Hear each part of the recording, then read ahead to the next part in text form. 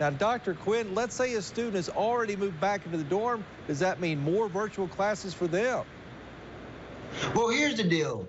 The colleges and universities in the state of Mississippi, I reviewed the policies of a great deal of them, and they have a very genuine concern. I mean, they really want to provide the most effective and the safest learning scenario for the students as possible during this COVID-19 pandemic.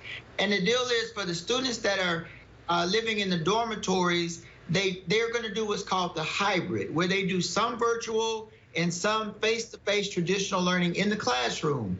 But what this does is it allows it so that maybe half of the students are in the class at one time while the other half, well, they're doing the virtual learning. So now you have fewer students in the class, and there's more of an accommodation so they can spread the students out and they can do the distancing, less contact, less risk of COVID-19 infection. So it's a very good plan. And once again, as I said, they're doing the best they can to provide the safest and most effective learning environment possible.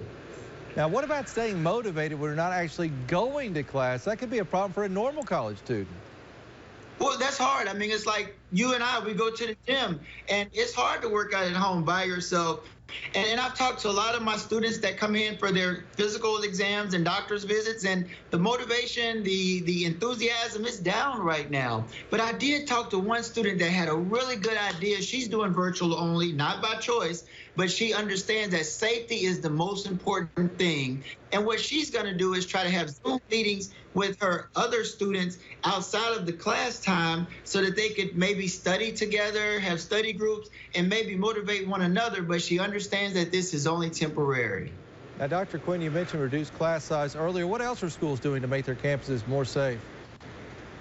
I mean, they're following a lot of protocols. I mean, they're doing temperature checks, they're doing face masks, social distancing, hand washing, hygiene. They're doing a lot of different protocols to keep campuses as safe as possible. And I just want to ensure that right now it's looking a little scary, but they are doing everything they can. It is looking scary. We've heard of some positive cases already out of Oxford. What happens when somebody does test positive for COVID-19?